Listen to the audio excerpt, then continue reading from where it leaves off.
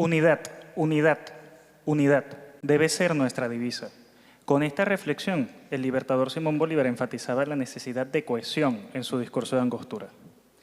En este mismo discurso, Bolívar explicaba que su llamado a la unidad se debía a que de diversas fracciones se compone nuestra sociedad. No se refería únicamente a la división entre realistas y patriotas, sino también a la diversidad de las regiones y a la heterogeneidad del pueblo, cuya diferencia reconocía al decir que la sangre de nuestros ciudadanos es diferente. Bolívar consideraba que solo la unidad haría posible la consolidación de Colombia la Grande como nación y su protección frente a los intereses extranjeros. La unidad fue efímera. En pocos años, la ambición de los caudillos desbarató los esfuerzos de Bolívar y el siglo XIX se caracterizó por las luchas encarnizadas por el poder entre estos líderes. Esta realidad fue recogida por Rómulo Gallegos del siguiente modo. Se puede decir que en Venezuela la ley del equilibrio de fuerzas vivas del Estado ha sido interpretada de la manera más bizarra, por no decir absurda. Parece que aquí entendiéramos por equilibrio el estado anormal que determina la presión de un individuo sobre la colectividad.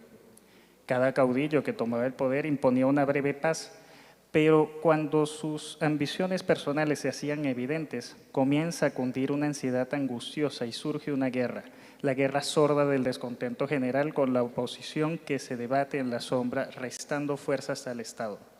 Gallegos remata: a cada esperanza ha sucedido un fracaso y un caudillo más en cada fracaso. El panorama social no había cambiado mucho desde los tiempos de Bolívar. En Venezuela, una diversidad de pueblos que aún no se han fundido en un conjunto homogéneo, diversas tradiciones, distintas índoles en medios diferentes, pueblos que son extraños unos a otros, unidos apenas en el organismo nacional por una ley de correlación y no por una ley de unidad necesaria para el concepto propio de Estado. Estos pueblos distintos que subsistían en sus propias regiones sin conocer a las otras, desarrollaban un sentimiento regionalista que era liderado por sus propios caudillos. En este sentido, Gallegos describió el regionalismo, suerte de funesta anarquía, de que se resienten las funciones de toda nuestra vida de nación.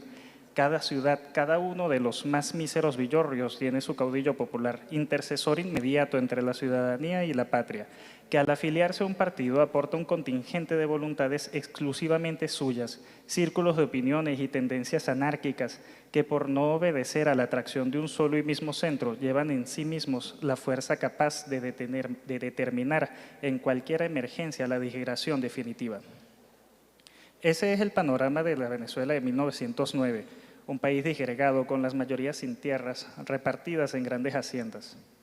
En ese panorama, el país es regido por un Estado también disgregado que tan solo poseía un pequeño ejército y un escaso cuerpo diplomático y consular, y unas pocas instituciones.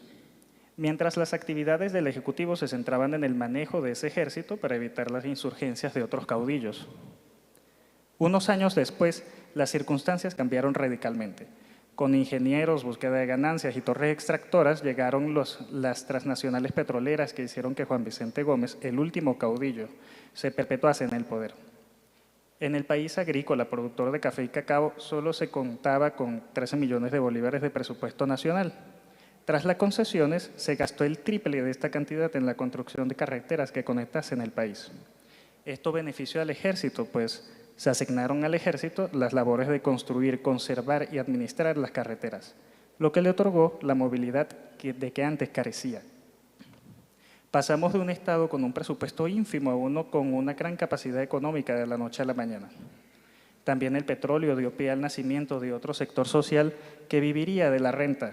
El poder de otorgar concesiones permitió favorecer a los amigos del gobierno que obtuvieron beneficios económicos significativos. Se calcula que alrededor de 117 individuos se repartieron un total de 411 concesiones.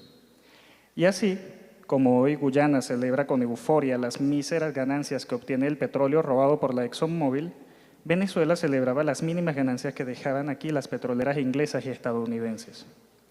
Esos amigos del gobierno que obtuvieron las concesiones se lucraron con ellas, mientras el Estado venezolano celebraba el gran aumento de sus ingresos y el control del territorio, lo que ayudó al último caudillo a disuadir a otros de disputarle el poder.